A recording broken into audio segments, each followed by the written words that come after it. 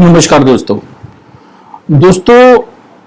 अक्सर मेरे मेरे जो साथी वकील हैं या बहुत लोगों को मैंने ये कहते ही सुना है कि सीपीसी के जो ऑर्डर्स और रूल्स हैं वो बड़े कॉम्प्लिकेटेड है, वो याद नहीं होते।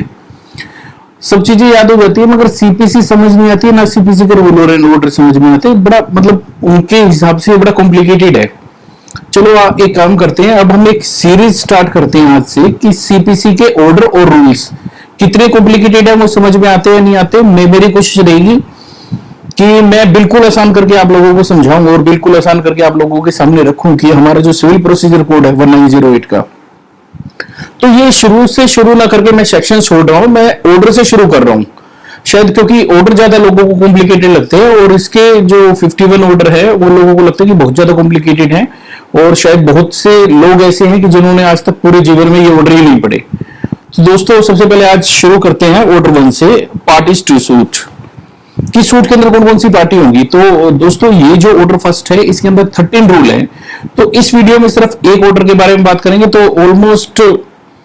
क्योंकि 21 जो ऑर्डर है उसमें लगभग 106 रूल्स हैं, तो वो एक दिन में कवर नहीं हो सकता। एक दिन में ज्यादा से ज्यादा या एक वीडियो में ज्यादा से ज्यादा हम 10, 15, 20 रूल्स तक कवर कर सकते हैं। तो जितने भी कवर होंगे ठीक है, बट हमें देखना ये है कि क्या वाकई ये इतना टफ है या नहीं है, या आपको सुनने पे कैसा लगता है कमेंट में जरूर बताइएगा। Thank you. शुरू करते हैं।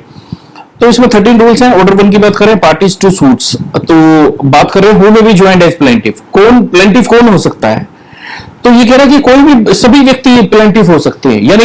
एक व्यक्ति भी प्लेंटिफ हो सकता है, 2 भी हो सकता है, 5 भी हो सकता है, 10 भी हो सकते हैं, मगर ये व्यक्ति, इन व्यक्तियों का जो राइट है वो किसी ऐसे एक्ट से या ट्रांजैक्शन से पैदा होना चाहिए जो सिमिलर हो और इन सब व्यक्तियों से जुड़ा वो एक्ट हो। सपोज किसी कोई बैंक या कोई इंस्टीट्यूशन मिलकर किसी व्यक्तियों के साथ चीटिंग कर लेता है और 1000 व्यक्ति इससे जुड़े हुए, तो सभी जो 1000 व्यक्ति हैं वो प्लेंटिफ हो सकते हैं इस तरह के केस में। अब इसका क्लाउज बी बता रहा है रूल 1 का कि अगर ये व्यक्ति अलग अलग सूट फाइल करेंगे तो कॉमन क्वेश्चन ऑफ लॉ और fact would arise, any common question of law, कि क्योंकि हो सकता है किसी ने किसी तरह से ट्रांजैक्शन की है, किसी ने किसी तरह से ट्रांजैक्शन की है, तो अलग अलग सवाल पैदा होंगे। तो कोई भी सभी व्यक्ति जिनका राइट किसी एक ट्रांजैक्शन से या सीरीज ऑफ ट्रांजैक्शन से पैदा हो रहा है वो सभी व्यक्ति प्लेंटिफ हो सकते हैं। आगे देखिए रूल 2 की बात करते हैं, power of court to order separate trial. अब रूल 2 में बता रहा है कि अगर कोर्ट को यह लगता है कि प्लेंटिफ के ज्वाइंटर होने से सूट में देरी हो सकती है, अगर कोर्ट को यह लगता है, रूल 2 की बात कर रहे हैं, power of court to order separate trial, मतलब आपने तो 500 प्लेंटिफ का बना के सूट फाइल कर दिया, मगर कोर्ट को यह लग रहा है कि इतने प्लेंटिफ बनाने से सूट में देरी हो सकती है या एम्बेरस का मतलब एक तरह से कंफ्यूजन क्रिएट हो सकती है। तो कोर्ट क्या करेगा, कोर्ट प्लेंटिफ को कहेगा, उनके ऑप्शन पर छोड़ देगा कि अगर वो चाहें तो सेम सूट फाइल कर सकते हैं और अगर चाहें तो अलग अलग सूट फाइल कर सकते हैं, अलग अलग ट्रायल हो सकते हैं, या फिर कोर्ट अगर चाहे तो उनका सेपरेट ट्रायल का ऑर्डर कर सकता है, जो भी कोर्ट को लगेगा कि एक्सपीडिएंट है, जो भी नेसेसरी है। रूल 3 की बात करें, who may be joined as defended, तो हमें पता लग गया कि प्लेंटिफ कौन हो सकते हैं, who may be joined as plaintiff. फिर पता लगा कि कोर्ट ऑर्डर कर सकता है कि भैया इकट्ठे हो जाओ, नहीं तो अलग अलग कर लो, और या फिर कोर्ट ऑर्डर कर देगा कि सेपरेट ट्रायल होना चाहिए इस तरह के सूट में। फिर डिफेंडेंट कौन से हो सकते हैं, तो सभी व्यक्ति डिफेंडेंट हो सकते हैं। अब कौन कौन से व्यक्ति जिनका राइट पैदा हो रहा है सेम एक्ट या ट्रांजैक्शन से या सीरीज ऑफ एक्ट से या ट्रांजैक्शन से, उन व्यक्तियों के अगेंस्ट में। अब समझो एक ग्रुप ऑफ कंपनीज है या 20 आदमी मिलकर एक कारोबार कर रहे थे, सभी डिफेंडेंट हो सकते हैं, अगर वो चाहें तो सेम मिलकर कर सकते हैं, क्योंकि उनके अगेंस्ट में जो राइट पैदा हो रहा है उन सभी व्यक्तियों के अगेंस्ट में राइट पैदा हो रहा है, 20 व्यक्तियों के अगेंस्ट में राइट पैदा हो रहा है, तो सभी व्यक्ति डिफेंडेंट हो सकते हैं। अब यहां पर भी क्लाउज भी वही बात कर रहा है रूल 3 का कि अगर सेपरेट सूट डाले जाएंगे इन व्यक्तियों के अगेंस्ट में तो कॉमन क्वेश्चन ऑफ लॉ और फैक्ट वुड अराइज, कि लॉ का भी क्वेश्चन अलग पैदा हो जाएगा, फैक्ट का भी अलग पैदा हो जाएगा, तो वो कंफ्यूजन करेंगे, तो एक कंफ्यूजन क्रिएट हो जाएगी अगर अलग अलग डालेंगे तो इसलिए इनका ज्वाइंटर कौन, प्लेंटिफ कौन हो सके हमें समझ में आ गया, डिफेंडेंट कौन हो सकते हैं हमें समझ में आ गया। आगे रूल 3 है, power to order separate trial with joinder of defendant में एम्बेरस और डिले ट्रायल। अब क्या कह रहा है कि कोर्ट के पास पावर है कि वो सेपरेट ट्रायल का ऑर्डर कर सकता है जहां पर ज्वाइंटर ऑफ डिफेंडेंट्स की वजह से ट्रायल डिले हो सकता है या कंफ्यूजन पैदा हो सकती है। तो ये यही चीज हमने प्लेंटिफ के केस में देखी, यही चीज डिफेंडेंट के केस में देख रहे हैं, जहां पर कोर्ट लगता है कि जो ज्वाइंटर का डिफेंडेंट्स का ज्वाइंटर है वो एम्बेरस या डिले कर सकता है सूट के ट्रायल को, तो कोर्ट ऑर्डर कर देगा कि सेपरेट ट्रायल होना चाहिए, और या फिर दूसरा ऑर्डर कर देगा जो भी नेसेसरी होगा न्याय के लिए, जो भी न्याय के लिए उनको ठीक लगेगा वो कोर्ट ऑर्डर पास कर देगी। उसके बाद court may give judgement for और अगेंस्ट वन और मोर ऑफ ज्वाइंट पार्टीज। तो कोर्ट अब क्या होगा इसके अंदर, रूल 4 की बात कर रहे हैं, तो कोर्ट कह रहा है कि जहां पर भी ज्वाइंटर ऑफ ट्रायल है, चाहे प्लेंटिफ का चाहे डिफेंडेंट का, तो जो कोर्ट होगी वो एक या एक से ज्यादा व्यक्तियों के अगेंस्ट में जजमेंट पास कर सकती है। ये जरूरी नहीं है कि सभी के अगेंस्ट में जजमेंट पास होगी। अब क्या कह रहा है कि जजमेंट में be given without any amendment. अब ये जो जजमेंट है बिना अमेंडमेंट के पास हो सकती है, किसके, एक या एक से अधिक प्लेंटिफ के अगेंस्ट में जो भी एंटाइटल्ड है उस रिलीफ के लिए, जो भी एंटाइटल्ड है उस रिलीफ के लिए, चाहे एक है चाहे ज्यादा, उनके अगेंस्ट में जजमेंट पास हो सकती है विदाउट एनी अमेंडमेंट, और अगेंस्ट वन और मोर डिफेंडेंट जो भी लायबल है according to their respective liabilities. अब जो डिफेंडेंट है, बहुत सारे डिफेंडेंट है, उनके बेस में भी जजमेंट पास हो सकती है। कोर्ट को लगता है कि किसकी लायबिलिटी कितनी बनती है। मान लो अगर पार्टनर्स है, डिफरेंट शेयर्स हैं, कोई 10% का है कोई 50% का है, तो उसी उनकी लायबिलिटी के अकॉर्डिंग कोर्ट जजमेंट पास कर देगा। रूल 5 की बात करें, defendant need not be interested in all the relief claimed. अब यहां पर नेसेसरी नहीं है कि जो डिफेंडेंट है वो सभी जो क्लेम उसके अगेंस्ट में फाइल किए गए हैं उनमें इंटरेस्टेड हो। थोड़ा स्पीड से चल रहा हूं और बेसिकली माफ कीजिएगा, ये वीडियो शायद उन लोगों के लिए जो इस फील्ड से रिलेटेड है, जिनको सीपीसी कुछ पता है और बहुत अच्छे से समझना चाहते हैं, वो शायद जल्दी से इसको पिकअप कर सके। अगर मैं बहुत स्लो हो जाऊंगा तो शायद बहुत बड़ा कोड है, ये कभी पूरा नहीं हो पाएगा, इसलिए मेरी स्पीड माफ कीजिएगा थोड़ी स्लो, थोड़ी फास्ट रहेगी इसमें। Defendant in not be interested in all the relief claimed. यहां पर ये कह रहा है कि हर एक डिफेंडेंट के लिए जरूरी नहीं है कि उसके अगेंस्ट में जो क्लेम डाला गया है वो सभी क्लेम में इंटरेस्टेड हो। सभी क्लेम का जवाब देना उसके लिए नेसेसरी नहीं है, सिर्फ उस क्लेम का वो जवाब देगा जिस क्लेम उसके अगेंस्ट में है, तो उसी के अगेंस्ट में वो इंटरेस्टेड है और उसी क्लेम का वो जवाब देगा। सभी क्लेम का जवाब नहीं देगा अपनी प्लीडिंग में यानी रिटन स्टेटमेंट में और अपने डिफेंस में। रूल 6 की बात करें, joint of parties liable on same contract. अब यहां पर कह रहे हैं कि प्लेंटिफ के पास एक ऑप्शन होगा, प्लेंटिफ की मर्जी होगी, वो उन पार्टीज को सेम सूट में ज्वाइन कर सकता है और उनको अलग अलग भी ज्वाइन कर सकता है, ज्वाइंटली और सेवरली लायबल के लिए। जब प्रेयर क्लोज लिखा जाता है तो प्रेयर क्लोज में वो क्या है कि उनको उनकी लायबिलिटी ज्वाइंटली या सेवरली डिसाइड करेगा। अब मान लो अगर कोई जो पार्टीज है बिल ऑफ एक्सचेंज की, हुडीज या प्रोमिसरी नोट्स की, तो इसमें जितनी जितनी उसको लगेगा कि लायबिलिटीज हैं डिफेंडेंट्स की, तो प्लेंटिफ उनकी उतनी लायबिलिटी के अनुसार उनको जो कॉन्ट्रैक्ट के अनुसार जितनी उनकी लायबिलिटीज है, सपोज कोई प्रोमिसरी नोट था, प्रोमिसरी नोट कुछ लिख कर दिया हुआ है डिफेंडेंट्स ने और उस राइटिंग के अनुसार, डॉक्यूमेंट के अनुसार उनकी लायबिलिटी अलग अलग है, तो प्लेंटिफ उसी के अनुसार उनकी लायबिलिटीज उस डॉक्यूमेंट या उस कॉन्ट्रैक्ट के आधार पर ज्वाइंट भी कर सकता है, सेवरल भी कर सकता है। उसके बाद में rule 7, when plaintiff is in doubt from whom redress is to be sought। अब यहां पर प्लेंटिफ खुद कंफ्यूजन में है कि मुझे किससे रिलीफ लेना है, यानी डिफेंडेंट है बट उसको क्लियर नहीं है। जहां पर प्लेंटिफ डाउट में है कि किन व्यक्तियों से उसको डिफेंस किन व्यक्तियों के अगेंस्ट में उसको सूट फाइल करना है और किन से उसको क्लेम लेना है, तो वो दो या दो से ज्यादा डिफेंडेंट को ज्वाइन कर देगा इस केस में, जहां पर वो डिफेंडेंट लायबल हैं, और किस एक्सटेंट तक और उनकी डिटर्मिनेशन, उनकी लायबिलिटी की डिटर्मिनेशन के अनुसार एक, दो या दो से ज्यादा डिफेंडेंट को ज्वाइन कर सकता है, क्योंकि उसको कंफ्यूजन है कि कौन सा डिफेंडेंट कितना लायबल है, उसको क्लियर नहीं है, तो वहां पर वो दोनों डिफेंडेंट को पार्टीज बना देगा केस में। 1% में sue or defend on behalf of all in same interest। अब यहां पर क्या कह रहा है कि जहां पर बहुत सारे व्यक्ति हैं और जो बहुत सारे व्यक्ति हैं वो एक सूट में इंटरेस्टेड हैं, तो वहां पर क्या होगा, जहां पर एक या एक से ज्यादा व्यक्ति हैं वो कोर्ट की परमिशन लेकर स्यू और स्यूड किए जा सकते हैं, यानी वो प्लेंटिफ भी बन सकते हैं और डिफेंडेंट भी बन सकते हैं और डिफेंस भी ले सकते हैं अपना सूट में उन व्यक्तियों के, और उन व्यक्तियों के बिहाफ पर कोई दूसरा व्यक्ति भी कोर्ट में डिफेंडेंट बनकर अपीयर हो सकता है। और या फिर क्लॉज भी कह रहा है कि कोर्ट डायरेक्शन दे सकता है कि एक या एक से ज्यादा व्यक्ति स्यू कर सकते हैं और स्यू किए भी जा सकते हैं, यानी आपके पास 50 प्लेंटिफ है, 50 प्लेंटिफ परमिशन दे दें एक को, कोर्ट की परमिशन ले लें कि हम 50 हैं बट हम एक के बिहाफ पर सूट फाइल करना चाहते हैं, तो वो एक ऑथोराइजेशन लिख कर दे देंगे बाकी कि भी हम इसके बिहाफ पर सूट फाइल करना चाहते हैं। उसी तरह डिफेंडेंट में होगा, डिफेंडेंट भी अगर चाहें 20 डिफेंडेंट है तो 20 डिफेंडेंट एक ऑथोराइजेशन दे सकते हैं एक डिफेंडेंट को कि भाई हम सबके बिहाफ पर ये डिफेंडेंट इस सूट को अपना डिफेंस रखेगा और हमारे बिहाफ पर ये अपियर होगा। अब आगे देखिए, अब इसका सब रूल 2 क्या कह रहा है कि कोर्ट इस तरह के केस में जहां पर परमिशन या डायरेक्शन दी गई है सब रूल 1 में, तो प्लेंटिफ के एक्सपेंस पर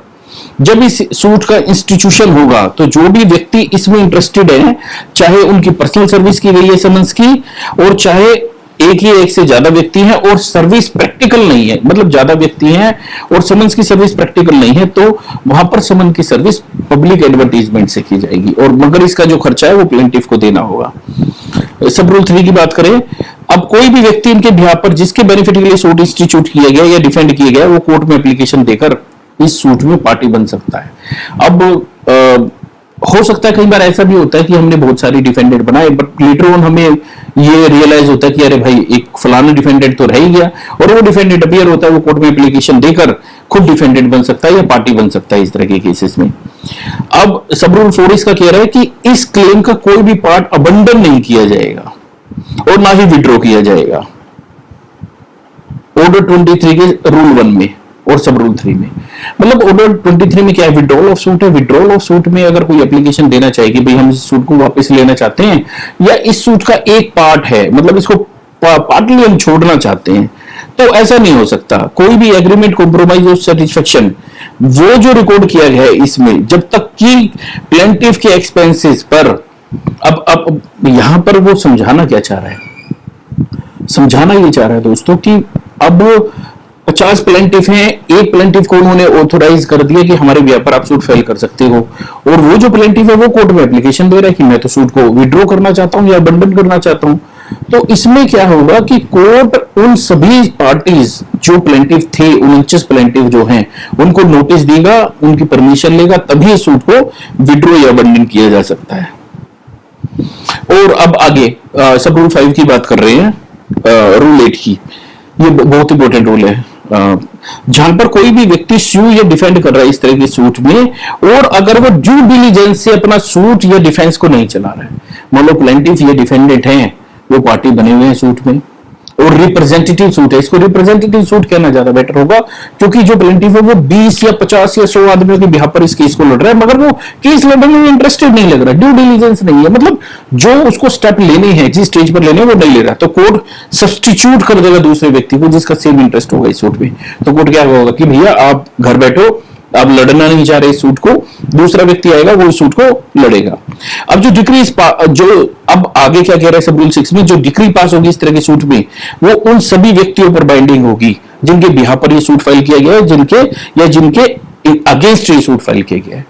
तो 50 व्यक्तियों ने मिलकर एक व्यक्ति के थ्रू ये रिप्रेजेंटेटिव सूट फाइल किया और सूट में डिक्री हो गई, तो ये डिक्री बाइंडिंग किस पर होगी, जिसने सूट फाइल किया या जिन व्यक्तियों ने ये सूट फाइल किया एक के जरिए, तो ये 50 के 50 व्यक्तियों पर वैलिड होगी, और जो 50 डिफेंडेंट थी उनके अगेंस्ट में भी ये डिक्री वैलिड होगी। एक्सप्लेनेशन, अब इस पर्पस को डिटर्मिनेशन के लिए कि जो व्यक्ति स्यू या स्यू किए गए हैं उनका सेम इंटरेस्ट था, ये नेसेसरी नहीं होगा उनका सेम काज ऑफ एक्शन था उन व्यक्तियों के अगेंस्ट में या उनके बेनिफिट के लिए या उनके डिफेंस के लिए। तो मतलब इतना बारीकी से आपको दिखाने की जरूरत नहीं है कि ये व्यक्ति जो स्यू, उनका सेम इंटरेस्ट था इस सूट में, तो आपका फाइल करना और कुछ फैक्ट को दिखाना ही नेसेसरी है। ये जरूरी नहीं है कि इनका सेम काज ऑफ एक्शन था जिनके बेनिफिट के लिए आपने सूट फाइल किया है या जिनके अगेंस्ट आपने सूट फाइल किया है। अब आगे देखिए 8A की बात कर रहे हैं। 8A में बता रहा है power of court to permit a person और body of person to represent opinion और to take part in the proceeding. 8A order 1 rule 8A। अब यहां पर क्या कह रहा है कि कोर्ट की पावर है कि वो परमिशन दे सकता है किसी भी व्यक्ति को या बॉडी ऑफ ग्रुप को कि वो अपनी ओपिनियन दे सकते हैं और प्रोसीडिंग में भाग ले सकते हैं। अब कह रहा है कि जहां पर कोई भी सूट का ट्रायल चल रहा है तो कोर्ट को अगर लगता है कि किसी व्यक्ति या व्यक्तियों की राय जो है किसी लॉ के क्वेश्चंस पर डायरेक्टली या सब्सटेंशियली इन इशू है इस तरह के सूट में, मान लो आप ये समझिए कि गांव की जमीन पर कोई दावा डाला हुआ है और उस जमीन पर कोई मेला लगता है या कोई तालाब था उस जमीन पर, तो अब क्या होगा दोस्तों, अब यहां पर कोर्ट को लगेगा कि नहीं, मतलब व्यक्तियों की राय जरूरी है जो उस गांव के रहने वाले हैं, तो वो परमिशन दे देगा कि कोई व्यक्ति या ये सारा ग्रुप जो है ये इकट्ठे होकर आ जाए और अपनी राय दे दे, तो कोर्ट इस तरह के व्यक्तियों को परमिशन दे सकता है। अब रूल लाइन क्या कह रहा है, misjoinder and non joinder. Misjoinder non joinder बड़ा इंपॉर्टेंट इशू है, वो may be joint as plaintiff order 1 के बारे में। Misjoinder and non joinder, misjoinder का तो मतलब यह है कि आपने गलत पार्टी को बना दिया, और नॉन ज्वाइंटर का मतलब समझने के लिए आपको दो चीज समझनी पड़ेगी, non ज्वाइंटर of necessary party, non ज्वाइंटर of proper party. Necessary party वो है जिनकी एब्सेंस में इफेक्टिव ऑर्डर पास नहीं हो सकता। मान लो आपने पार्टीज तो बनाई, मगर जो पार्टी जरूरी थी उनको पार्टीज नहीं बनाया, अननेसेसरी लोगों को पार्टी बना दिया, तो ये नॉन ज्वाइंटर ऑफ नेसेसरी पार्टी है। तो इनकी इन नेसेसरी पार्टी की एब्सेंस में इफेक्टिव ऑर्डर यानी जजमेंट डिग्री पास नहीं हो सकती। मगर अगर नॉन ज्वाइंटर ऑफ प्रॉपर पार्टी है, प्रॉपर पार्टी वो है जिनकी एब्सेंस में इफेक्टिव ऑर्डर पास हो सकता है, यानी जजमेंट डिग्री पास हो सकती है, मीनवाइल कोई इंटरलोक्यूटरी ऑर्डर पास हो सकता है। तो प्रॉपर पार्टी की एब्सेंस है तो कोर्ट पास कर सकता है जजमेंट डिग्री, मगर अगर नेसेसरी पार्टी की एब्सेंस है तो कोर्ट जजमेंट डिग्री पास नहीं कर सकती। अब देखिए, अब कह रहा है कि कोई भी सूट डिफीट नहीं होगा इस रीजन की वजह से, मिस ज्वाइंटर और नॉन ज्वाइंटर की वजह से, और इस तरह के हर एक सूट में कोर्ट उस कंट्रोवर्सी को डील करेगा जहां पर पार्टीज का राइट और इंटरेस्ट एक्चुअली इंटरेस्टेड है वो, और कोर्ट के सामने ये दावा है। मगर प्रोवाइजो में ये कह रहा है कि ये कंडीशन क्या है कि नॉन ज्वाइंटर ऑफ नेसेसरी पार्टी पर ये रूल अप्लाई नहीं होगा। जनरल रूल क्या कह रहा है कि अगर मिस ज्वाइंटर है नॉन ज्वाइंटर है फिर भी कोर्ट को कोई फर्क नहीं पड़ता कि ठीक है आपके बीच में झगड़ा तो है तभी तो और मेरे सामने आए हो। तो अब देखिए कि काज ऑफ एक्शन होना जरूरी है, काज ऑफ एक्शन अगर नहीं होगा तो कोर्ट क्या करेगी, उसको डिसमिसल कर देगी, प्लेंट का डिसमिसल होगा, रिजेक्शन ऑफ प्लेंट हो जाएगा ऑर्डर 7 रूल 11 में। यहां पर क्या कह रहा है कि मिस ज्वाइंटर और नॉन ज्वाइंटर की वजह से कोर्ट सूट को डिसमिस नहीं करेगी, सूट को फिर भी ले लेगी और कंट्रोवर्सी को डिसाइड करेगी। मगर अगर नेसेसरी पार्टी की एब्सेंस है, नेसेसरी पार्टी का नॉन ज्वाइंटर है, तो उस पर रूल अप्लाई नहीं होगा, उसमें कोर्ट रिजेक्ट कर देगी प्लेंट को। आगे देखिए, suit in the name of wrong plaintiff. अब रूल 10 की बात करते हैं, जहां पर सूट इंस्टीट्यूट हुआ रॉन्ग पर्सन एज प्लेंटिफ, मतलब आपने प्लेंटिफ तो बनाया मगर गलत आदमी को बनाया, या यहां पर ये डाउटफुल है कि ये राइट प्लेंटिफ के नाम पे हुआ या नहीं हुआ है, मतलब या तो आपने गलत प्लेंटिफ बना दिया या फिर प्लेंटिफ जो बनाया है वहां पर भी डाउट है कि ये प्लेंटिफ बनना चाहिए या नहीं बनना चाहिए। तो कोर्ट किस सूट के किसी भी स्टेज पर अगर वो सेटिस्फाई हो जाती है कि ये जो सूट इंस्टीट्यूट हुआ है ये बोनाफाइड मिस्टेक है, कि उसने गुड फेथ पर ये गलती की है, जो प्लेंटिफ है, जो भी मास्टर ऑफ द सूट है उसने गुड फेथ पर ये गलती की है, गलत प्लेंटिफ बना दिया, तो इस बात के डिटर्मिनेशन के लिए कि भाई इसका रियल मैटर क्या है इनके डिस्प्यूट का, तो कोर्ट ऑर्डर कर देगी कि दूसरे व्यक्ति को सब्स्टिट्यूट कर दिया जाए, ये दूसरा व्यक्ति बतौर प्लेंटिफ ऐड कर दिया जाए अपॉन सच टर्म्स। जो शर्तें होंगी कोर्ट वो डिसाइड करेगा। सच टर्म्स का तो मतलब यही है कि कॉस्ट वगैरह लगाएगा और कोर्ट उसमें ऑर्डर कर देगा, और या फिर कुछ और शर्तें भी रख सकता है कि प्लेंटिफ है प्रूफ दे कि दूसरा व्यक्ति जो आप सब्स्टिट्यूट कर रहे हो वो ठीक होना चाहिए। तो अगर आपने गलत प्लेंटिफ बना दिया या डाउटफुल प्लेंटिफ बना दिया, कोर्ट ऑर्डर करेगा कि भैया इसको हटाओ, आपका कंट्रोवर्सी है, दूसरा प्लेंटिफ लेकर आओ, उसको सब्स्टिट्यूट कर दो या दूसरा डिफेंडेड लेकर आओ। आगे देखिए, कोर्ट में स्ट्राइक आउट और एड पार्टीज। अब क्या कह रहा है कि कोर्ट की प्रोसीडिंग की किसी भी स्टेज पर या तो अपने आप या पार्टी की एप्लीकेशन पर, यहां पर ध्यान से कि अपने आप या पार्टी की एप्लीकेशन पे, और या फिर उन शर्तों पर जो कोर्ट को ठीक लगती हैं, अगर कोई भी पार्टी इम्प्रॉपरली ज्वाइन की गई है, चाहे वो प्लेंटिफ या डिफेंडेंट, जो इम्प्रॉपरली बनाया गया है यानी मिस ज्वाइंटर आपने किया है, उसको स्ट्रक आउट कर देगा। वो बोलेगा कि नहीं भाई ये तो प्लेंटिफ गलत बना दिए तुमने, एक से ज्यादा या जो भी है, ये डिफेंडेंट जो बना दिए इनको उनका नाम काट देगा। और किसी भी व्यक्ति का नाम जिसको ज्वाइन होना चाहिए था, चाहे प्लेंटिफ या डिफेंडेंट, और जिसकी प्रेजेंस कोर्ट के लिए नेसेसरी है ताकि कोर्ट इफेक्चुअली और कंप्लीटली इस केस को एडजुडिकेट कर सके, जो क्वेश्चंस इस सूट में इन्वॉल्व हैं उनके नाम ऐड कर देगा और कोर्ट ऑर्डर कर देगा। मतलब यहां पर कोर्ट की पावर है कि पर यह ध्यान रखना कि प्रोसीडिंग के किसी भी स्टेज पर, चाहे फाइनल स्टेज पर कोर्ट को यह रियलाइज हो जाए या तो अपने आप या पार्टी की एप्लीकेशन पर कि जो प्लेंटिफ या डिफेंडेंट आपने बनाया है वो गलत बनाया, इम्प्रॉपरली बनाया है, तो कोर्ट उस प्लेंटिफ या डिफेंडेंट को स्ट्रक आउट कर देगा, और जो व्यक्ति इसमें प्लेंटिफ या डिफेंडेंट ज्वाइन होना चाहिए था, कोर्ट ऑर्डर कर देगा कि भी इनको प्लेंटिफ या डिफेंडेंट बनाया जाए, क्योंकि इनके बिना, यानी यहां पर नेसेसरी पार्टीज की बात हो रही है कि जो नेसेसरी पार्टी है उसको ज्वाइन करने का कोर्ट ऑर्डर पास कर देगा। वे defendant added plaint to be amended. अब क्या कह रहे हैं कि जहां पर डिफेंडेंट ऐड किया गया है तो जो प्लेंट है वो प्लेंट भी अमेंडेड होगी उस तरीके से जो भी नेसेसरी है। जहां पर अगर आपने डिफेंडेंट ऐड कर दिया, ध्यान रखना दोस्तों, यहां पर प्लेंटिफ ऐड करने पर प्लेंटिफ ऐड करने पर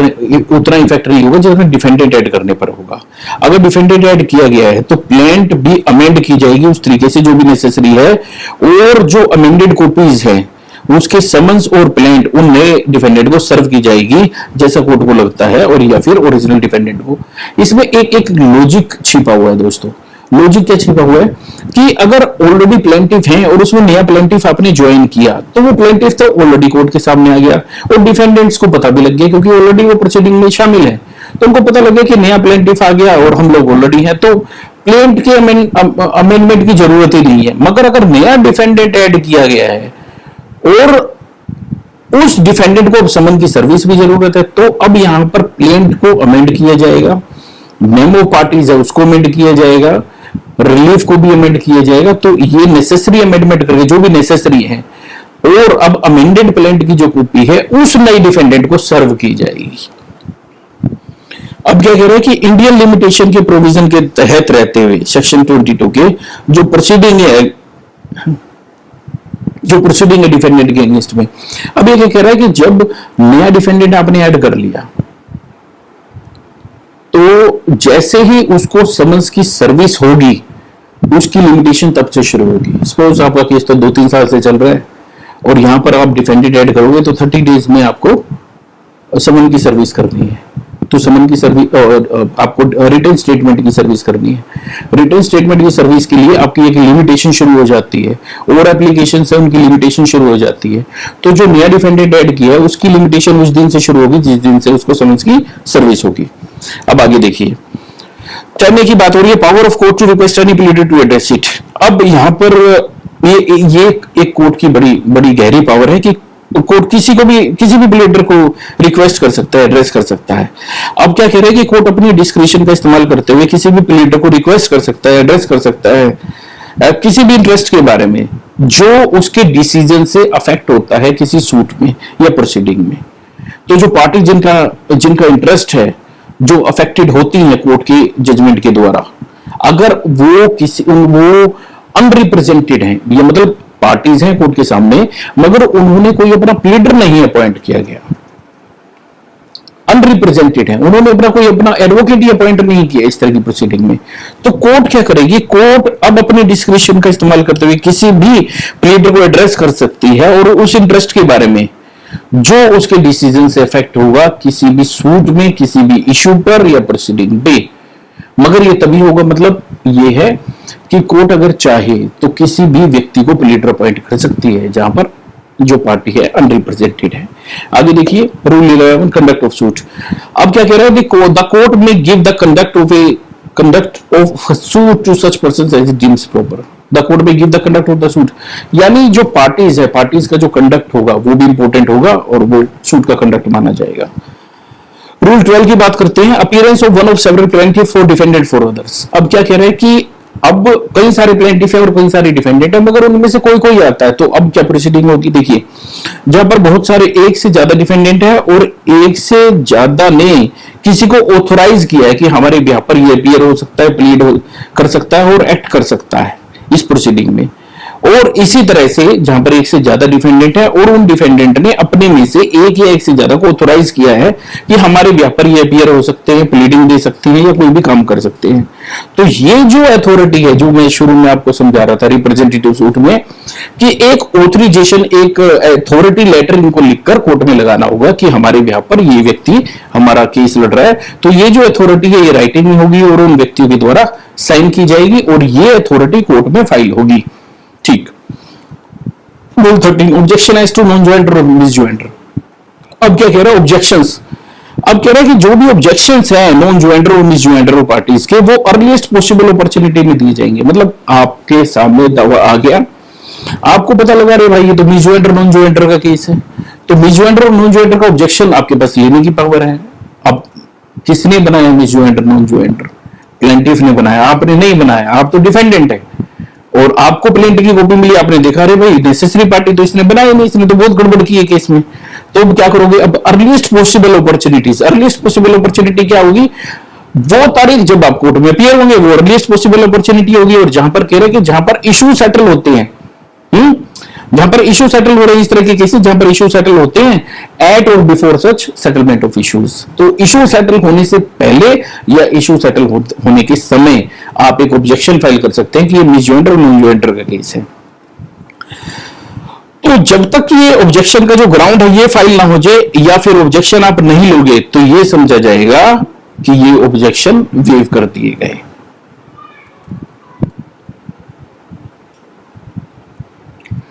या फिर आप ये भी समझ एक इसमें बात और समझ सकते हैं कि या फिर ये ऑब्जेक्शन बाद में पैदा हो और या फिर आपको पता ही ना लगे, हाँ, और या फिर पता है आपने लिया ही नहीं इसका ऑब्जेक्शन को, आपको पता था मिसजॉइंटर नॉन जॉइंटर बट आपने कुछ किया नहीं, तो इसका मतलब आपने अपना राइट वेव कर दिया, आपने अपना अधिकार ही छोड़ दिया। रूल 13 की बात करते हैं, ऑब्जेक्शन इज टू